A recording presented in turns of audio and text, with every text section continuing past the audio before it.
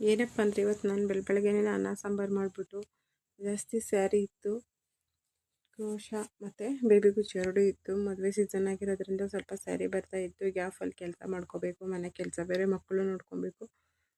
ಬೇಗ ಸ್ವಲ್ಪ ಕ್ರೋಶ ಮತ್ತು ಬೇಬಿ ಕುಚ್ಚು ಹಾಕ್ಬಿಟ್ಟು ಅದು ಹಾಕಿದ್ದಾದ್ಮೇಲೆ ಸ್ವಲ್ಪ ಪೈನಾಪಲ್ ತಿನ್ನೋಣ ಅಂದ್ಬಿಟ್ಟು ಪೈನಾಪಲ್ ತಿಂತಾಯಿದ್ದೆ.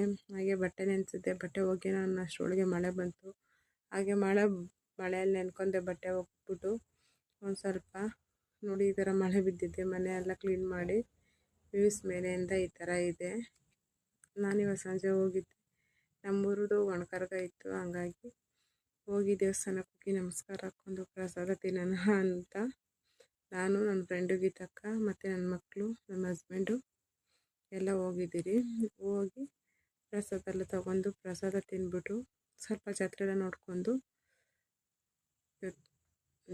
ಎಲ್ಲ ನೋಡ್ಕೊಂಡು ಇವತ್ತೊಂದು ಬ್ಲಾಗ್ ಇಷ್ಟ ಆಗಿದೆ ಫ್ರೆಂಡ್ಸ್. ಜಾಸ್ತಿ ಎಲ್ಲ ಇದು ಮಾಡೋಕ್ಕಾಗಲ್ಲ ವಿಡಿಯೋ.